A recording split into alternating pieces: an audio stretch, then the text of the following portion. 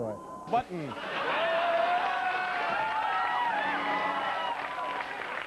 Number 5. Would you do a number for us, Miss Channing? Number 4. Number 4, we're both going to the 14th floor. How about a hug?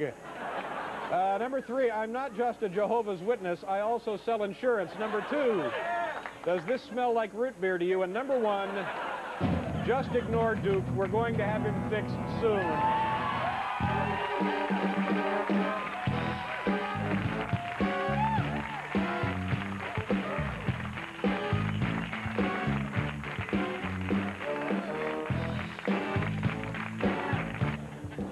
How much are one of these cameras worth? What are these, the TK-47s?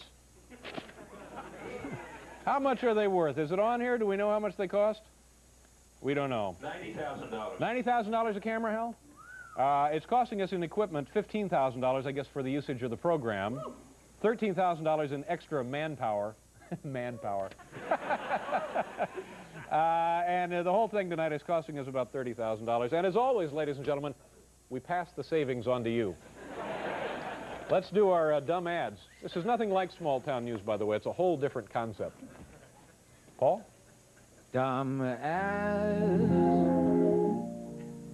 Hey, those crazy ads. Very nice. Thank you very much. Very nice, Paul. Those cuckoo ads. Thank you very much. Thank you. Hal, I'm getting vertigo. Hold on to the desk.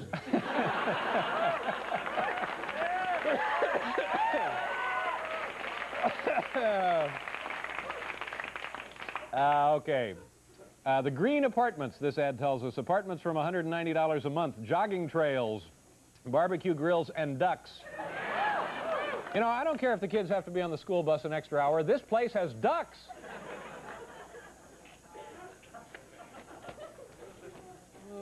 What are you doing? Thank you very much. Yeah, our associate producer. We're smoked out of the house. Franco-American SpaghettiOs and Lifesavers, $150,000 education sweepstakes. Well, no, it's not exactly a Rhodes Scholar, and no, it's not quite like the Fulbright grant. No, I'm actually here on the SpaghettiOs scholarship.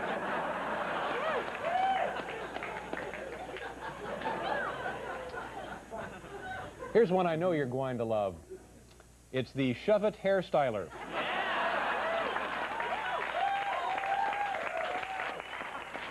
You might also want to try their Bite Me Blow Dryer.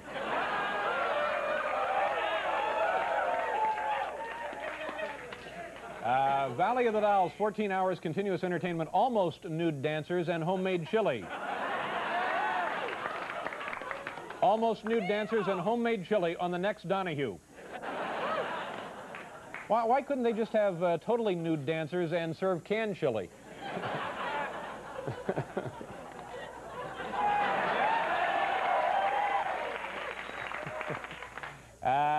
Home, yard, and car repair, political research in Westchester, 22 years, Rex Frankel. Okay, Rex, clean up the vacant lot, mulch the shrubs, and can you find out how the blue-collar voter feels about farm subsidies?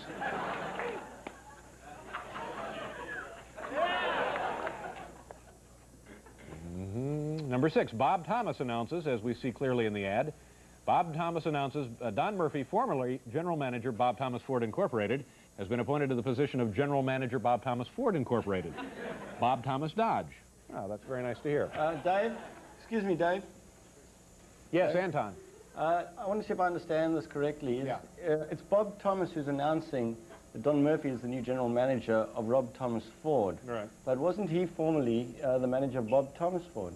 Well, Anton, the announcement might come from Bob Thomas Dodge, but it's Bob Thomas that Don Murphy has been appointed general manager of. I'm on my way to the big manure handlers luncheon, so I won't. How are we doing on time, Bob? We're a little late, are we? Well, it's the cameras are slowing everything down. Is it cumbersome? Uh-huh.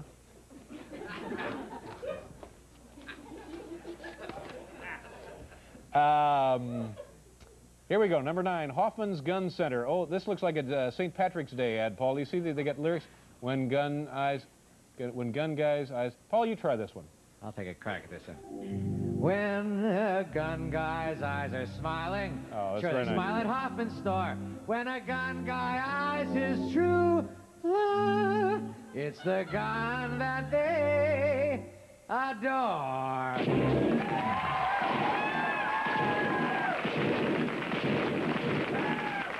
Tom Brokaw is here, and Belinda Carlisle. And tomorrow night, ladies and gentlemen, baggage from interviews. Mikhail Gorbachev, Pat Robertson, George Bush, and Bob Dole. Well, the roll stops here, folks. Please welcome the anchorman of the NBC Nightly News, Tom Brokaw. Tom, are you there? Hi, Tom. Good to see you. Thank you for being here.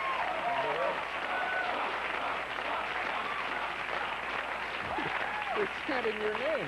That's right. The chant goes up, Tom, Tom. Well, they might as well, because there are no cameras left in the building for me to do the news. Yeah, I mean, explain. we're sitting... Now that's an interesting statement, but it means something else. What else is going on there? Well, we have robotic cameras. Right. And if they don't like what I say, they come and eat my tie and take off my left shoulder. Now, explain to us what's happened. You used to have 3 cameras up there? Yep, still have 3 cameras. 3 cameras. They're run by a single person who operates it a little bit like a joystick that you would have on an electronic game at home from another part of the building. And are they as versatile as the man-powered, man-operated cameras? As versatile as these cameras, you mean? Yeah. As what we've seen here tonight? Mm-hmm. I hope not. But now the sad part of this, don't people lose jobs because of this? No, they're going to find jobs for them in other parts of the building. For example, you've employed some of them here, and there will be others. Bobby says, yeah. Little cynicism there, Robert. Be a labor action here in the I'm going to studio. miss my friends, actually. And when does this go into effect? Well, that's a very good question. Probably early part of next week. Mm-hmm. Are you comfortable working with these robot cameras? Well, they don't have nearly the snappy one-liners that some of my pals do. I mean, I could walk into the studio and Bob always had a little joke for me. They don't have that. Yeah. What is the advantage? The advantage is that over the long haul, they save the General Electric Company a lot of money. Oh, well, thank God for that. Yes. Because there's been a lot of concern about it. If ever there was a company on its last legs, it's GE. That's right. So robotic cameras, I guess the question obviously is, how far away are we from robotic anchormen? Not so far, I would think. No, CBS has one now.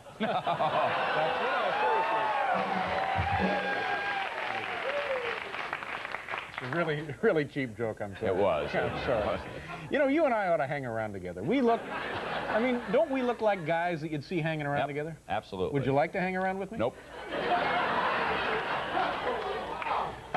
Tell me about Mikhail Gorbachev. Is it Gorbachev? Yeah. Yeah. Was that the most important, most exciting interview you think you have ever...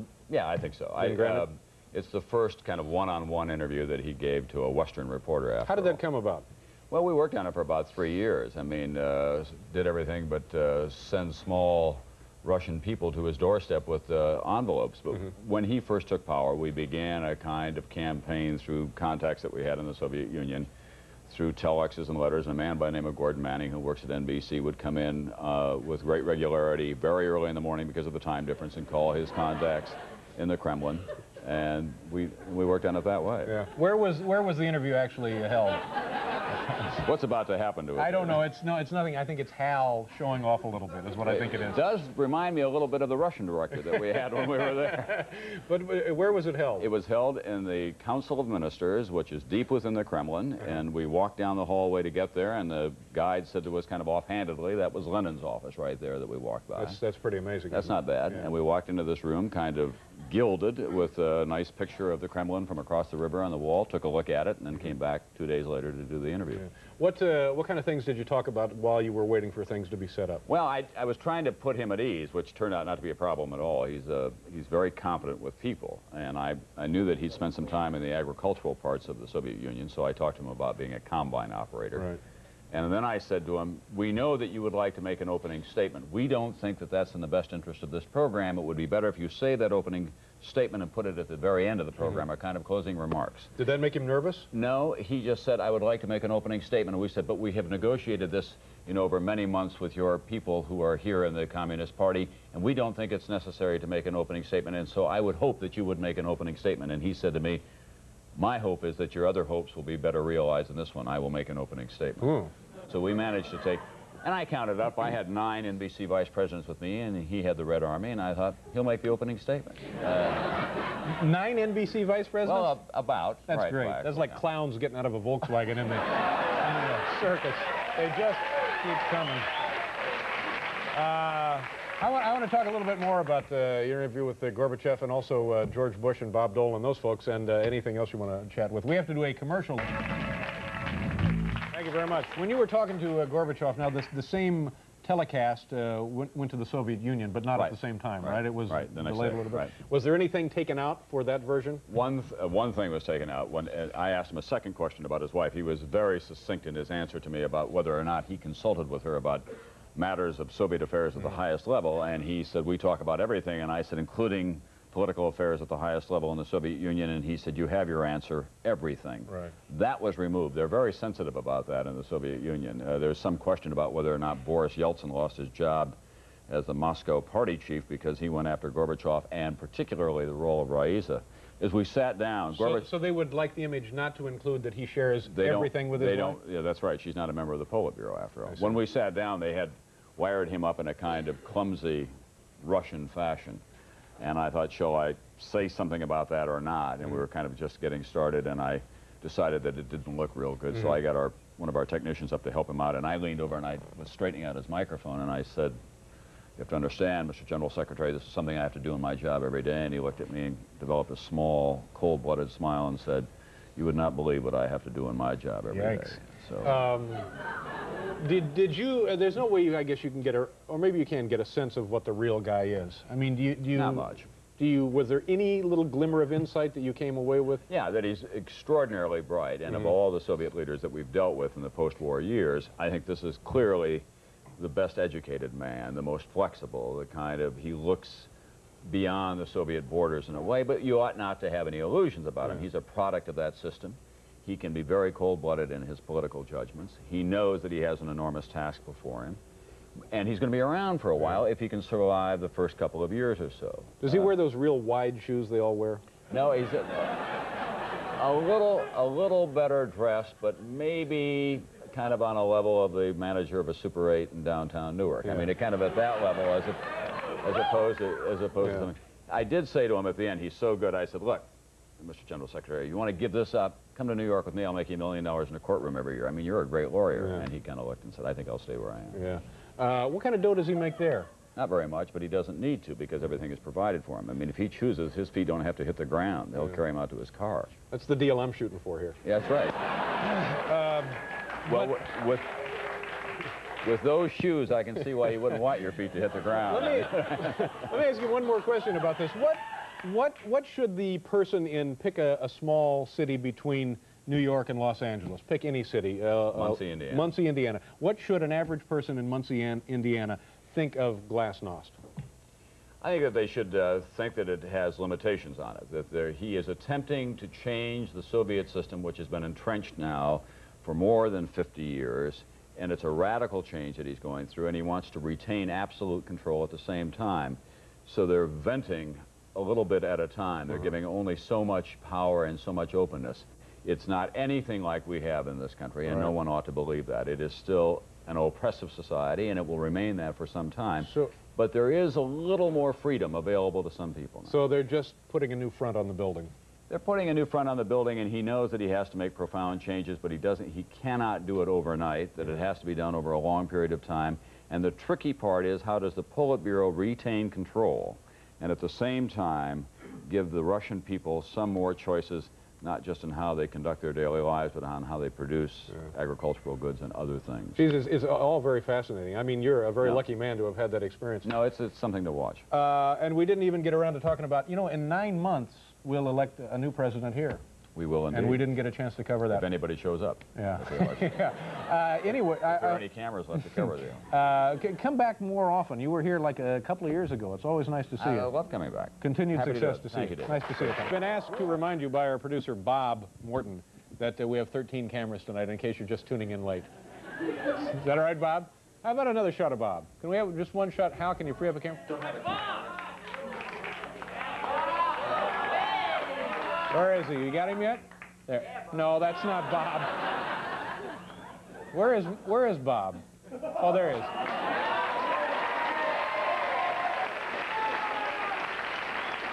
Bob, after the show, come up to the office.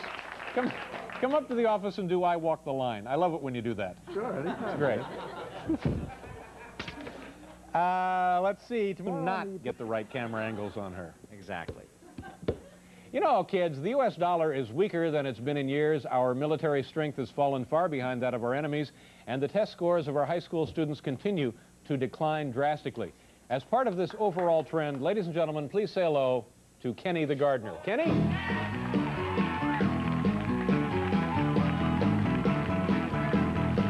Kenny the gardener, coming down the street. Kenny the gardener, you're about to meet Kenny the gardener. Kenny the gardener, here he is. Kenny the gardener, he is a whiz. Oh, Kenny the gardener.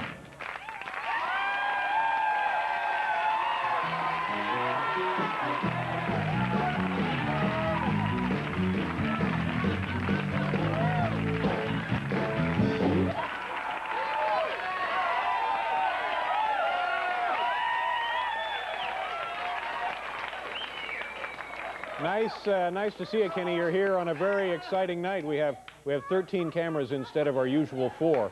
13 cameras? Mercy! Kenny, what have you been up to lately? Well, I've been traveling across the nation entertaining our men and women in uniform. Men and women. So you're entertaining the armed services. No. I've been performing for employees at Dunkin' Donuts. They pay you to perform in donut shops. No, I wouldn't accept the money. Even on the remote chance that they might want to pay me. Well, that's certainly very big of you, Kenny. No, I do it because I love those brave kids who wear the pink and the brown. They deserve the best. Am I right, people?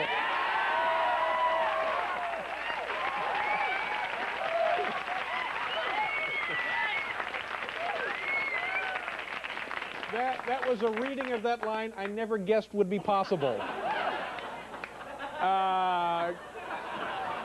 Kenny, I think maybe the glue from your hairpiece is seeping into your brain. How about a gardening tip? Kenny? Kenny? For the first time, Letterman, I'm taking a good long look at you. And you know what I see? What's that, Kenny? I see a man bathed in an eerie purple light. Kenny, it could be those tinted glasses you're wearing. Hey, you're probably right. Thanks for clearing that up. Yeah. I thought I was going nuts.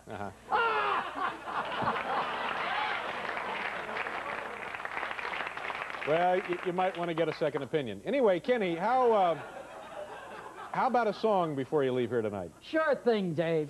Oh, God.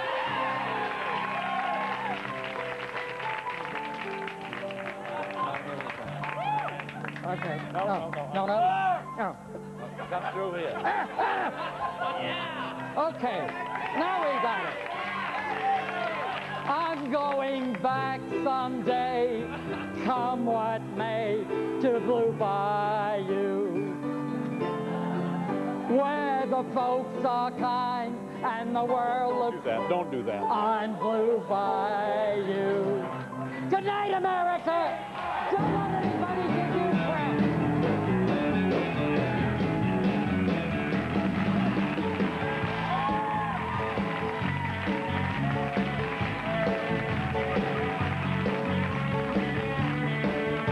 I'm sorry.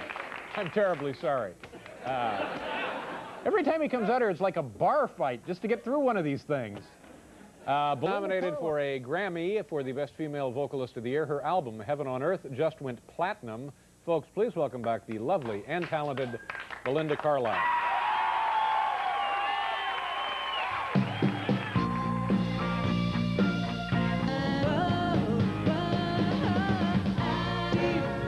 Look great, you sound terrific, and tomorrow night's the big night, the Grammy Awards. Nominated as Best Female Vocalist for '87. Yeah. You pretty excited about that? Yeah. Have you ever been nominated before?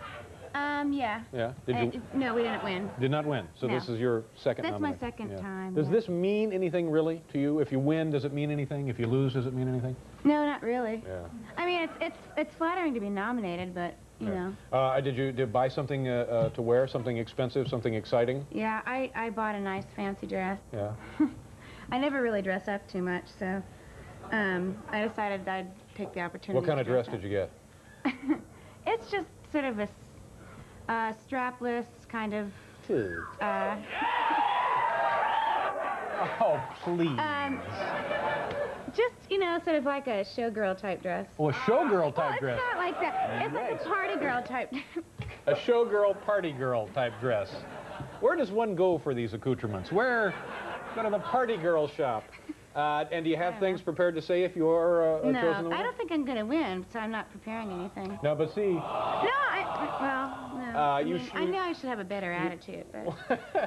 But you should have something prepared, even if you think you're not going to win, because having something to say is better than going up there and just say sort of nothing? chewing on your tongue for a period of time. Say thank you. Well, of course, say thank you, and thank the people who helped with the record. Yeah. You know, somebody from your people, your camp, your group, whoever, whatever you got out there in California, sent me a copy of your platinum record. Yeah, and I was touched, and the longer I looked at it, it's a pretty nice display. It's bigger than this, and it's in a frame and everything. And the longer I looked at it, I was driven with the idea of ripping it open, busting it out of the glass case to see if it actually played anything. Oh, I don't think it does. I think that they take reject records and paint them up. Yeah, yeah, And, that is what they do. Yeah. Yeah, I was kind of disappointed.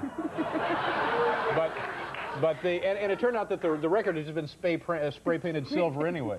Yeah, kind of a cheesy thing. Yeah, it is. How's your pig? How's your pet pig? I don't have it anymore. Now wait a minute.